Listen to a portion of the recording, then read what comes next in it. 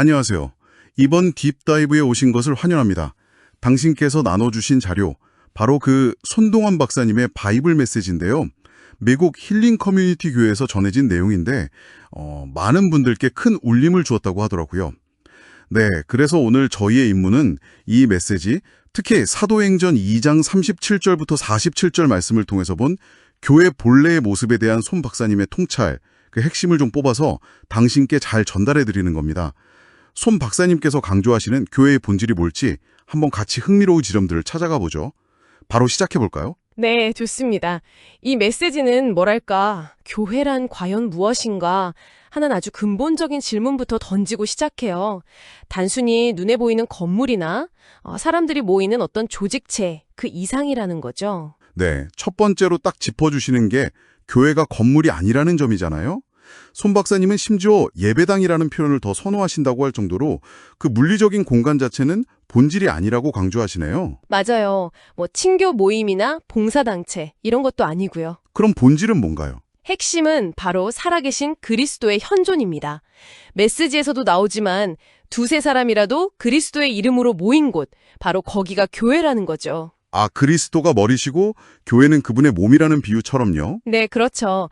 그래서 우리가 어디서든 그분을 인격적으로 만나고 체험하는 게 중요하다는 의미예요. 사실 우리가 교회에 나가는 궁극적인 목적도 바로 이 주님을 만나기 위함이어야 한다고 지적하시더라고요. 그렇다면 그 살아계신 그리스도를 우리가 구체적으로 어떻게 경험할 수 있을까요? 이 메시지에서는 두 가지 통로를 제시하는 것 같아요. 말씀과 성령. 네, 맞습니다. 우선 선포되는 말씀을 통해서 그 십자가 사건이 그냥 과거의 역사가 아니라 바로 나를 위한 사건으로 생생하게 다가와야 하고요. 그리고 동시에 성령의 역사를 통해서 그리스도를 정말 인격적으로 만나고 그분과의 생명적인 관계가 시작되는 것, 즉 중생의 체험이 필요하다고 설명합니다. 중생이요. 거듭남. 네, 이게 그냥 지적으로 동의하는 걸 넘어서는 거죠. 개인의 삶이 진짜 근본적으로 변화되는 체험이랄까요? 이런 경험이 있는 곳에 비로소 진정한 교회가 존재한다는 겁니다. 아, 중생이 있는 곳에 교회가 있다. 이게 정말 핵심 문장이네요. 그렇죠. 말씀과 성령이 없다면 그건 뭐랄까 혼없는 몸과 같다고까지 비유하시더라고요. 이런 관점에서 보니까 사도행전 2장에 나오는 초대교회의 모습이 정말 중요한 본보기가 되는군요. 특히 베드로 설교를 들은 사람들이 우리가 어찌할꼬 하면서 막 가슴을 쳤던 반응. 이 부분을 메시지에서 굉장히 중요하게 다루시는 것 같아요. 네, 그 대목이 참 흥미롭죠. 생각해보면 당시 청중들은 예수를 십자가에 못 박은 게 로마 군인이나 유대 지도자들이란 걸 알았을 텐데도 말이죠. 그렇죠. 그런데 베드로의 말을 듣고는 내가 예수를 죽였다고 받아들였다는 점이에요. 이처럼 십자가를 철저히 나의 사건으로 받아들이는 그 믿음, 이게 구원의 출발점이라는 송찰입니다. 아, 정말 깊은데요. 그 15년 교회 다녔지만 중생 체험하고 나서야 말씀이 들리기 시작했다는 여집사님 간증도 예로 드셨죠? 네, 맞아요.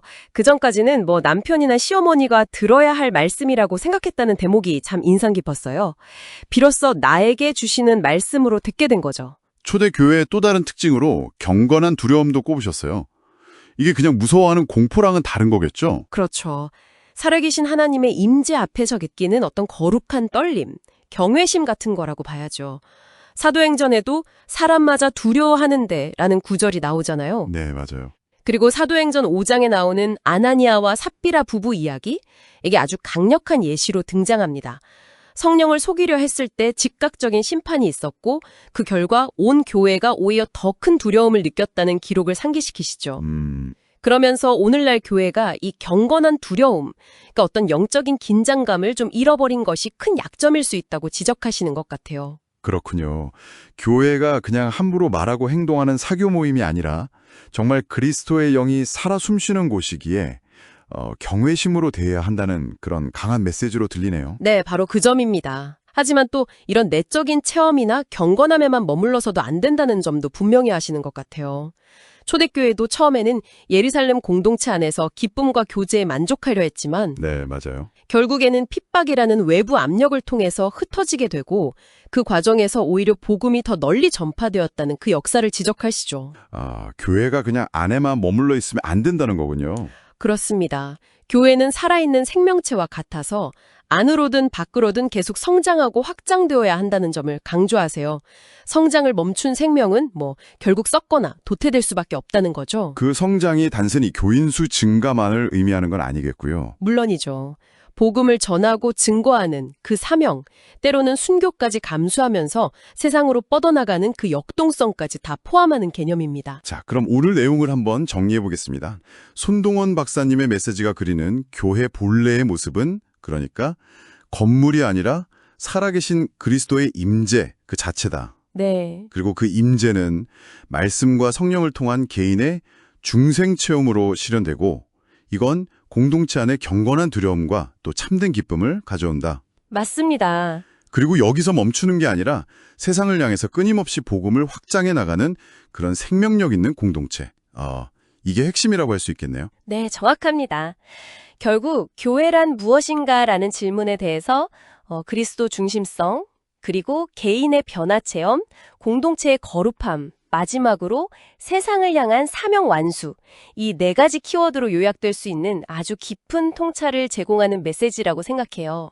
오늘 저희가 함께 살펴본 이 손동원 박사님의 통찰이 당신의 신앙 여정이나 혹은 속한 공동체를 돌아보는데 어떤 생각고리를 던져주는지 잠시 멈춰서 생각해 보시는 건 어떨까요? 네, 좋은 질문이네요. 어쩌면 우리가 너무나 일상적으로 사용하는 교회라는 단어에 대해서 뭔가 새로운 의미를 발견하게 될지도 모르겠습니다. 오늘 딥다이브는 여기까지입니다.